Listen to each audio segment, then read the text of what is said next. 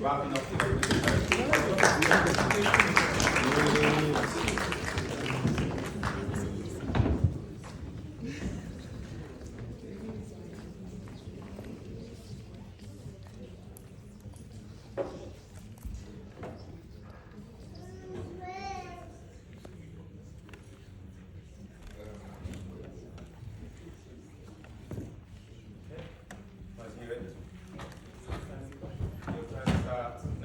Judges, ladies and gentlemen, 57% of Africans believe in the potential of foreign investment.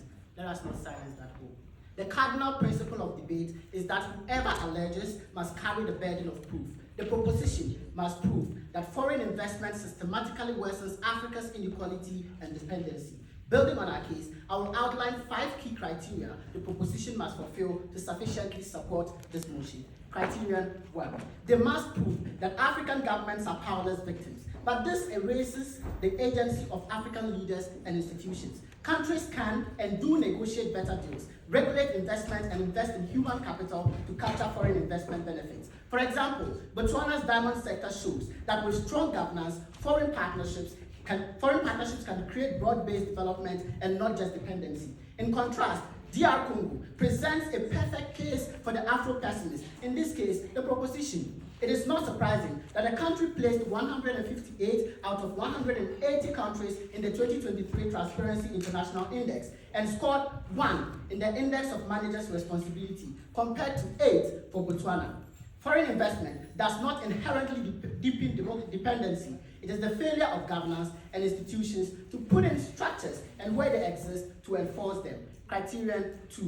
The proposition must prove that foreign investment causes inequality and not just that inequality exists in countries receiving foreign investment. Causality, not correlation. Evidence shows that inequality has multiple drivers, including domestic governance, education gaps, and demographic pressures. For example, Angion and Howitt technological change theory shows that inequality falls over time as supply of skills catches up. This means if African governments invest in education and workforce development, foreign investment can actually reduce inequality. The proposition cannot simply point to rising inequality and blame foreign investment without disentangling it from governance failures or demographic factors, else they commit a reductive fallacy.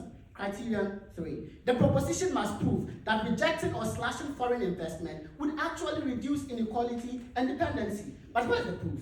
If foreign capital is the villain, why not blame remittances?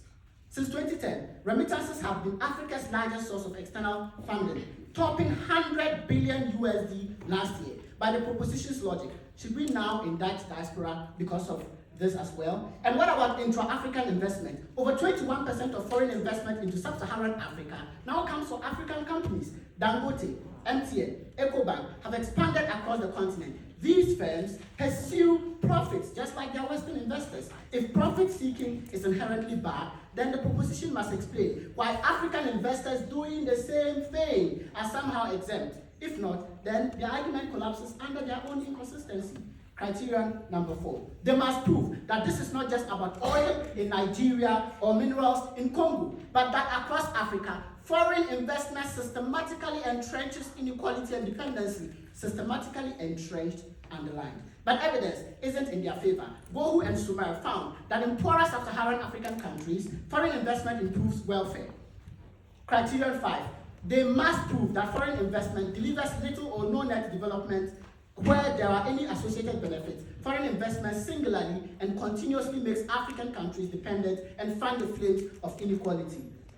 The proposition ignores that without foreign investment, many African countries would struggle to access the capital needed for large-scale industrial tech or agricultural projects. Africa's SME financing gap currently stands at 331 billion USD. Where's the capital coming from? FDI or foreign investments contribute the second largest source of capital flowing into the continent. Judges, ladies and gentlemen, for our people, every diamond purchase represents food on the table, better living conditions, better healthcare, portable and safe drinking water, more roads to connect our remote communities, and much more. These aren't my words. These are the words of President Festus Mogae of Botswana.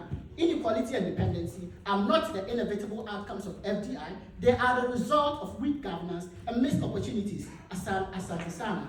Rest my case.